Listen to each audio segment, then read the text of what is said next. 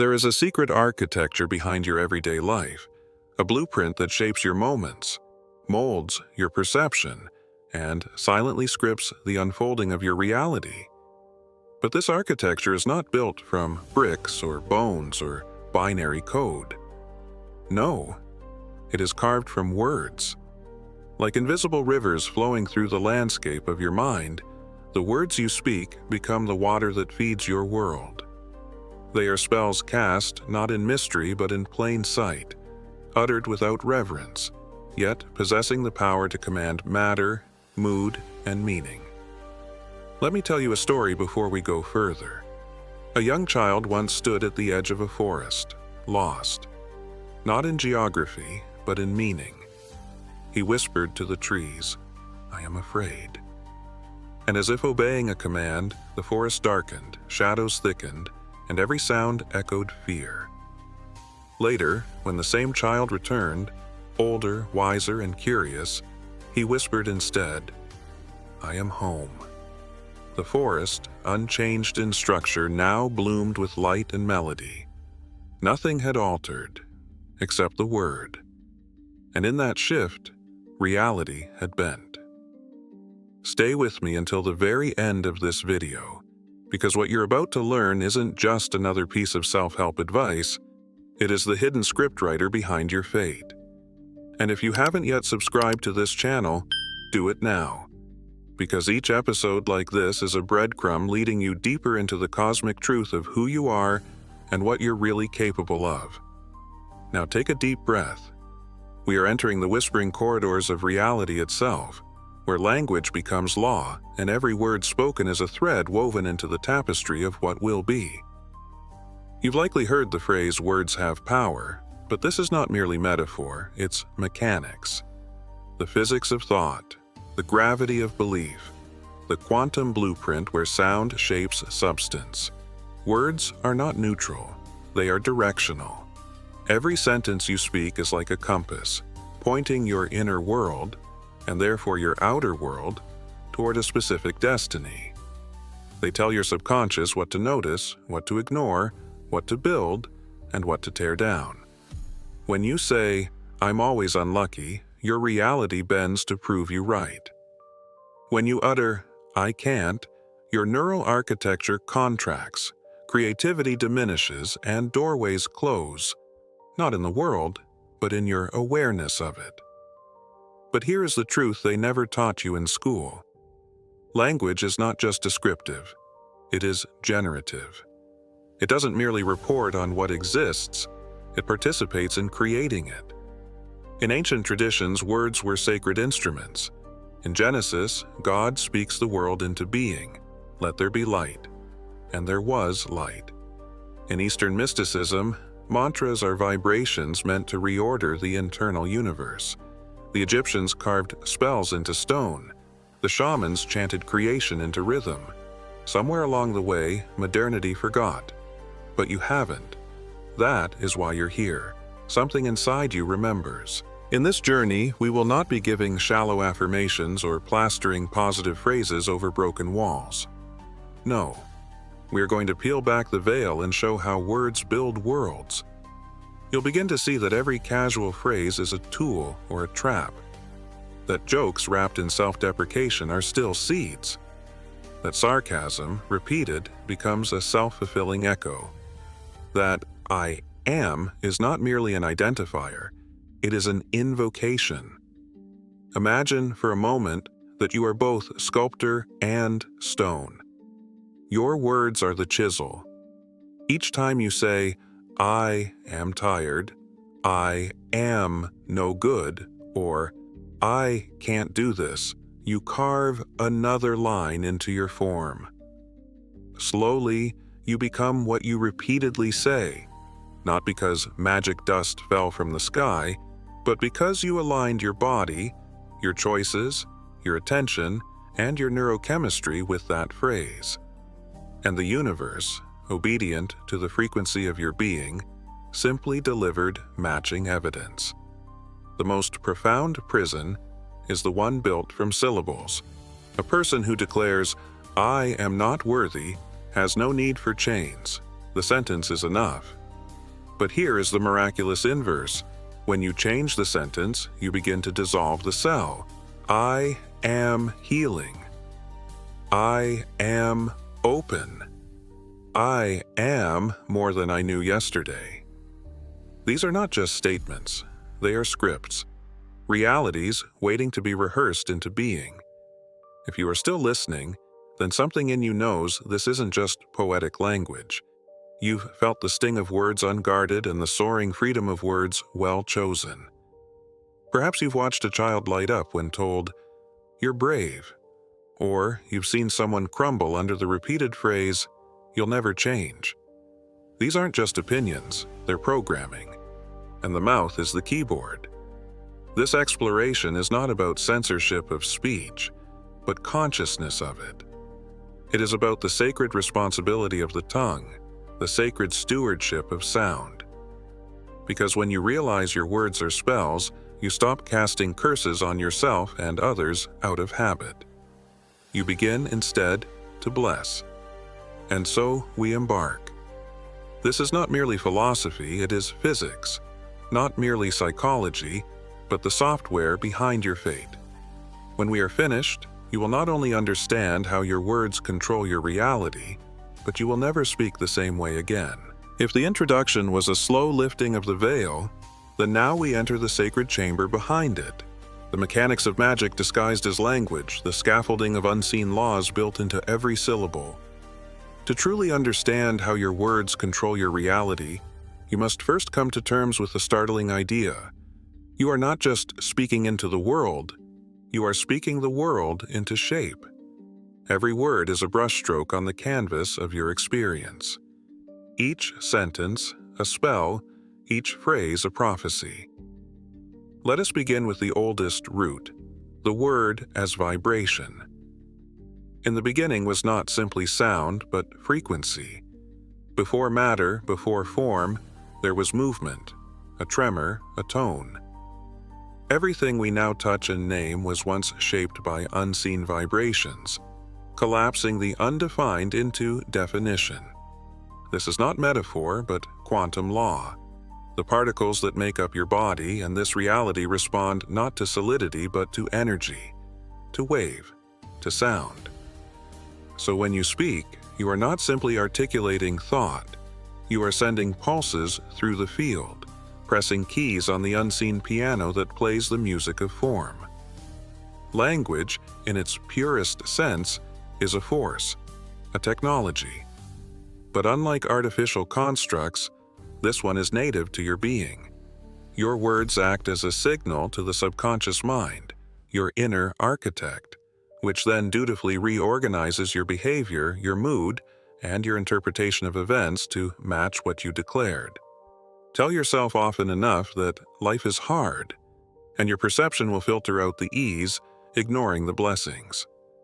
Tell yourself, "I always bounce back," and resilience will begin to blossom not because life got easier, but because your internal narrator rewrote the character. But it goes deeper still. Words are not merely frequencies. They are frames. They determine the edges of your experience, like the borders of a photograph. One person describes a storm as an obstacle. Another calls it a lesson. A third sees it as a blessing in disguise. The storm remains the same, but their reality changes. Because reality is not what happens. Reality is how what happens is interpreted, and words are the interpreter's tool. So when we speak, we aren't just telling others what we see, we are telling ourselves what to see. "I am stupid" is not a casual remark. It is a command. "I am always late" is not an observation. It is a rehearsal. A phrase repeated becomes a groove, and that groove deepens into identity. Identity is nothing more than the sediment of all the sentences you've ever spoken about yourself hardened into habit. And what is habit but automated reality? This is the architecture of the matrix, not a computer simulation but a linguistic one, an invisible grid of assumptions shaped by ancestral voices, cultural scripts, repeated slogans, and inner dialogues. Your words are the code that either traps or frees you from it. And most are unaware they're speaking from a script they didn't write, echoing beliefs they never examined. There are 3 recurring currents that run through this invisible river of word reality creation: declaration, repetition, and resonance. Declaration is the act of naming. In ancient times, to name a thing was to hold power over it. You say, "I am anxious," and you've claimed ownership of the state as if it were your home. You say, "I am healing," and suddenly your nervous system, your brain, your very cells align with that trajectory. It's not that you're denying the feeling, you're naming its direction. You are not the storm, you are the sail. Repetition, the second current, is often misunderstood. People think affirmations don't work because they tried them once or twice, but the subconscious doesn't listen to volume. It listens to pattern. It does not obey passion. It obeys consistency. Say anything often enough, and it becomes familiar. Familiarity breeds acceptance, and what is accepted internally is expressed externally.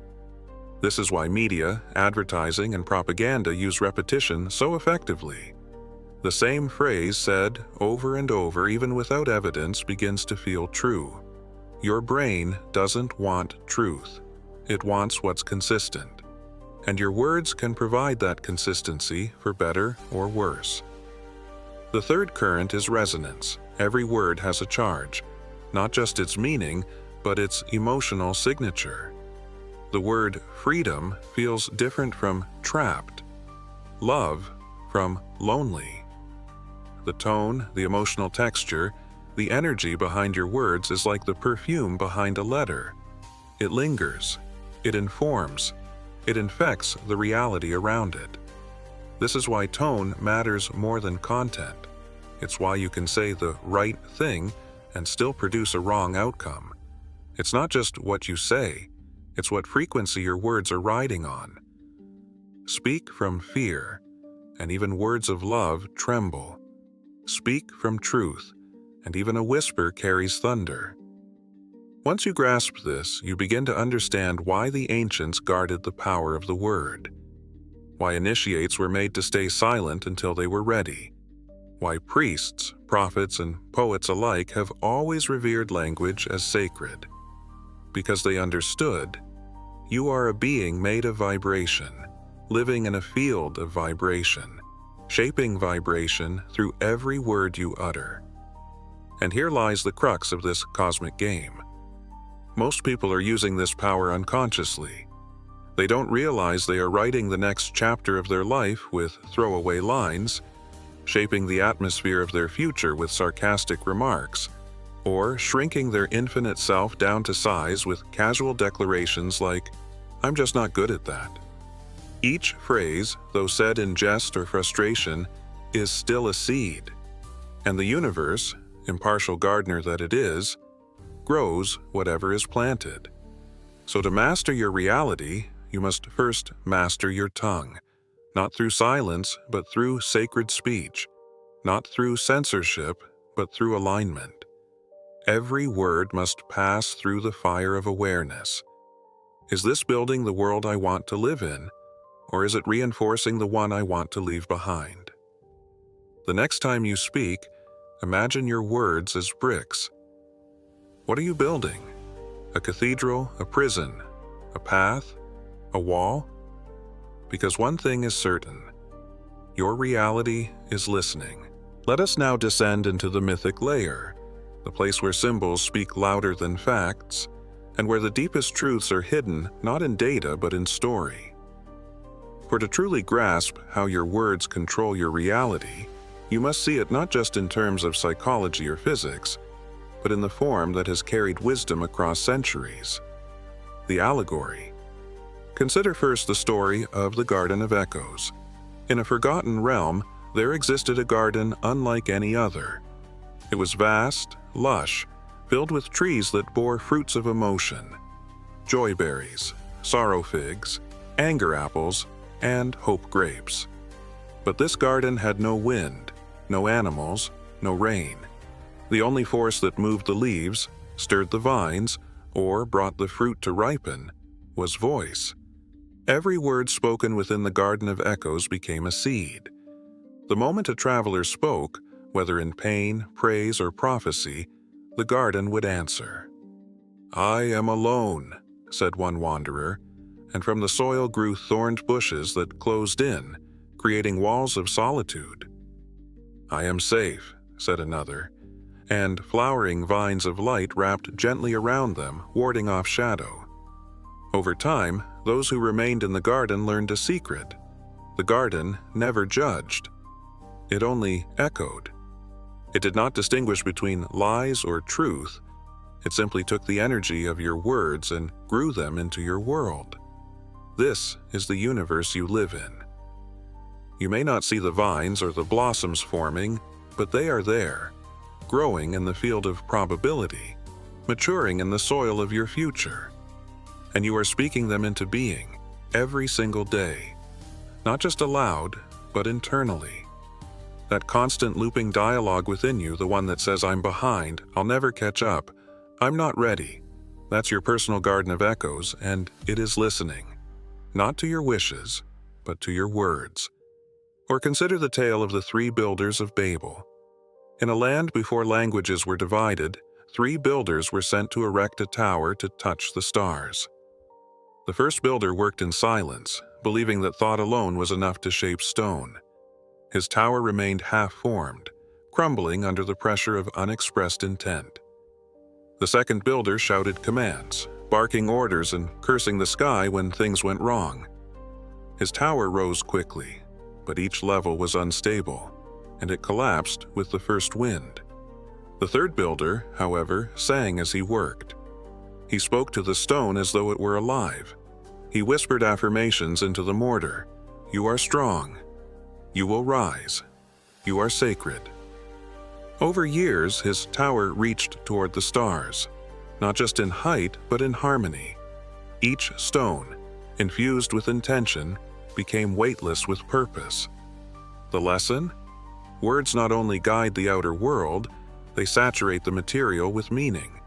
You're not just building your life with actions, you're charging it with every phrase you embed into your effort. If you approach your goals with "this is going to be impossible," then even if you succeed, your journey is laden with struggle. But if you build with the quiet certainty of sacred speech, "this is unfolding.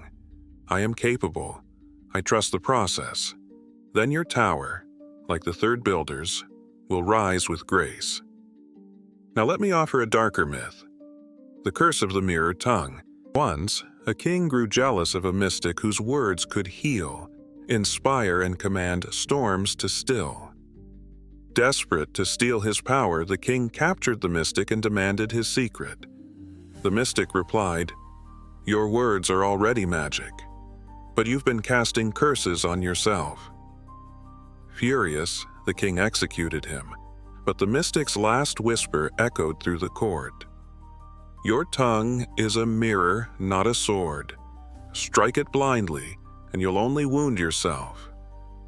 The king, ignoring this warning, began to use speech as a weapon, berating his people, mocking his soldiers, speaking in endless sarcasm and disdain. Over time, the kingdom withered. Crops died. Trust decayed. Not from war or plague, but from atmosphere. The entire realm was poisoned not by deed, but by dialogue. Eventually, the king himself began to suffer illness, paranoia, and despair. His last days were spent muttering to a mirror, unsure whether he was talking to his reflection or his own echo. He died with his mouth open, mid-sentence. This story may seem distant, but the mirror tongue is within each of us. When we lash out, curse ourselves, or diminish our worth with harmless jokes, we are slowly spoiling the kingdom of our lives. The words we speak into others often return to us tenfold, not as punishment, but as mirror. The world becomes the echo chamber of our voice. What you shout into the cave returns. And now, let us turn to one final parable, the silent one and the storm. In a desert village surrounded by endless sand, a storm came once a year without fail. No one could stop it, and each time it left the village in ruin. Elders chanted. Warriors fought the wind with blades. All failed. Until one year, a child walked to the center of the storm, not with resistance, but with stillness. She did not scream or pray or plead. She simply said, "I see you. I accept you, but I do not belong to you." The storm paused. The winds softened. And then it vanished. When asked how she had silenced it, she answered, "I chose not to speak its name anymore. I spoke peace instead." What you name, you nourish. What you focus on, you feed. The more you speak of fear, the more vivid it becomes. The more you describe your limitations, the more rigid they grow. The universe listens not with ears, but with law. It responds to your declarations as though they were sacred contracts. You say it, and reality moves to make it so. Each of these stories, though mythical in form, is truth in disguise. They are the ancient way of encoding the laws that modern science is only beginning to rediscover, that consciousness shapes matter, that words alter biology, and that intention, when spoken, creates. And so the question becomes not if your words control your reality, but how consciously you are using them. Now we return from the mythical to the tangible, carrying the symbols in our hands like tools forged in fire. It is here, in the ordinary pulse of daily life, where the abstract becomes flesh, where you discover that controlling your reality through words is not merely a cosmic truth, but a usable, practical power. Let us begin with the first and most accessible layer, self-talk. Your inner dialogue is not background noise. It is the architect working tirelessly behind the scenes, blueprinting each step you take. Most people do not live their lives, they live their narratives. Not the truth of what is, but the script they've unknowingly repeated. I'm bad at relationships. I always mess things up. Nobody really sees me. These are not reflections. These are directives. Like orders handed to a builder who constructs reality brick by invisible brick, your subconscious obeys the tone you set. If each morning you say, "Today's going to be a mess," it likely will be, not because of fate, but because you've primed your attention to filter for chaos. Your body, mind, and nervous system prepare for dysfunction, and so your reality reflects back what your words initiated. But the miracle is this: you can interrupt the pattern. You can choose instead to speak your preferred reality before it has arrived. You can call peace into a chaotic day, just as a captain declares the direction before the ship sails. This is not wishful thinking, it is psychological recalibration. When you say, "I am learning," rather than "I am failing," the brain opens to possibility. When you say, "This challenge is shaping me," instead of "This is too hard," you engage growth rather than shutdown. It's a subtle shift, but like a rudder on a vast ship, the smallest correction in speech can redirect the entire course of your emotional weather. Let's bring this into relationships. Consider how you speak to those around you. Words are not merely expressions, they are experiences. When you label a partner as inattentive, they often withdraw further, fulfilling the identity you handed them. When you say to a child, "You're always so difficult," the child begins to live into that role, believing it is who they are. But speak to the potential rather than the problem. "I see your effort. You're capable of so much. This moment doesn't define you." And the dynamic shifts. You aren't just describing reality, you're influencing it. This is not manipulation, this is cultivation. A gardener does not scream at seeds for not sprouting fast enough. They speak to the soil with care. Your relationships, your teams, your communities, they grow according to the language you water them with. And in business, leadership, or creative work, the same rules apply. The difference between a visionary and a stagnant mind is often just the vocabulary they permit themselves to use. A leader who speaks possibility, "This is a challenge we'll solve, we haven't figured it out yet," creates an ecosystem of innovation.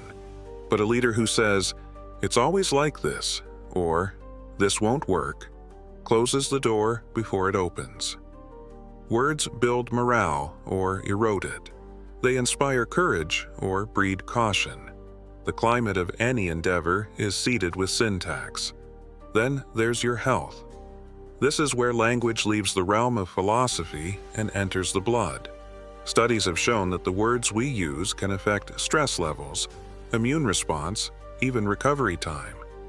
When a person repeatedly says, "I'm broken," "I'll never get better," "I'm sick," the body listens. Cortisol rises. Neural pathways reinforce illness. But those who speak differently, even amid pain, experience different outcomes. "I am healing. My body is learning to balance. Each breath strengthens me." These are not lies. These are seeds. And the body, like the earth, knows how to grow what it's given. Even more subtly, the vibration of your voice, your actual tone, communicates with your nervous system. When you speak with a gentle cadence, your body feels safer. Your heart rate slows. The breath deepens. This is not magic. It is biology obeying vibration. It is proof that your words do not end when they leave your lips. They echo inward, reshaping the very system that speaks them. Now take this knowledge and imagine your next difficult moment. You are overwhelmed, under pressure, unsure. The easy path is to echo stress. "I can't do this. I'm losing it. This is too much." But now you know better. Now you pause, breathe, and choose your sentence like a sacred offering. One step at a time. "I've survived worse. This will pass." You don't say it because you feel it. You say it because you want to feel it. This is the pivot. You no longer let your emotions dictate your language. You let your language steer your emotions. You begin to speak from the future you want to inhabit. And over time, reality obeys. Not because of instant miracles, but because consistent words create consistent neural maps, and neural maps determine the terrain you walk. This is the path of the conscious speaker, a person who no longer throws words like dice, hoping for luck, but carves them like keys to unlock desired doors. So begin noticing, not obsessively, but reverently. Listen to your automatic phrases, the casual insults you direct at yourself, the bleak predictions you throw into conversation. These are the ghosts that haunt your future. Catch them. Replace them. Not with empty positivity, but with aligned, empowered speech. Don't say, "I always ruin things." Say, "I'm learning how to hold what I love." Don't say, "This is just my luck." Say, "Every day is a chance to turn the tide." Don't say, "I'm stuck." Say, "I'm in between." Speak as though your words are spells, because they are. The difference now is, you're becoming the magician, not the pawn. So now we arrive at the final turning of the wheel, the place where knowledge must become embodiment, where everything said until now begins to breathe in your bones. If the previous sections revealed the mechanics and myth, this final passage is your invitation to transformation. Because knowing that your words control your reality is not the same as living it. Awareness is the threshold, but choice is the door. You have walked through the landscapes of vibration, explored the blueprints of thought, and seen how each utterance echoes across the matrix of your life. You now understand that every phrase is a signal sent into the cosmos, each sentence a seed that will, in time, sprout into something tangible, whether beautiful or burdensome, intentional or inherited. The sacred truth has been laid bare. Your world listens to your words, and it always answers. But here's the paradox and the gift. Even the past can be rewritten, if not in fact, then in function. Because the words you speak today become the lens through which yesterday is remembered and tomorrow is birthed. What you once called failure, you can now rename foundation. What you once labeled as betrayal, you may now call redirection. The power of your word is not merely in describing what happened, but in redeeming it. You are not here to speak as a victim of circumstances, you are here to speak as a co-creator of context. Let's not romanticize the difficulty. This path is not about policing every syllable or denying the very real emotions that rise like storms. It is not about ignoring pain. No, this is the art of speaking through the storm, not pretending it isn't there. It is choosing the frequency, even while thunder roars. It is choosing to say, I am anchored, even as the winds tear at your sails. That is where the shift happens, not when life is smooth, but when your words create calm from within chaos. To live this truth is to become fiercely gentle, not soft in spine, but soft in speech. It is to speak kindly when your old habit was to speak harshly. It is to whisper truth when shame would prefer you stay silent. It is to say, I am still learning, when the past tries to shame you into silence. Your words become less about perfection and more about alignment. And here's the real mystery. When your language changes, people feel it, even if they don't understand why. Your voice carries new codes. Your energy shifts. The room responds. Reality adjusts its posture, not because you shouted, not because you demanded, but because you finally spoke from your center, from the deeper authority of alignment rather than the volume of fear. This is the voice of the awakened. This is how nations are shifted, how movements begin, not just through action, but through language.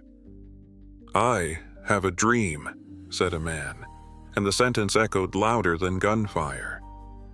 Yes, we can, became a spell cast across the hearts of millions.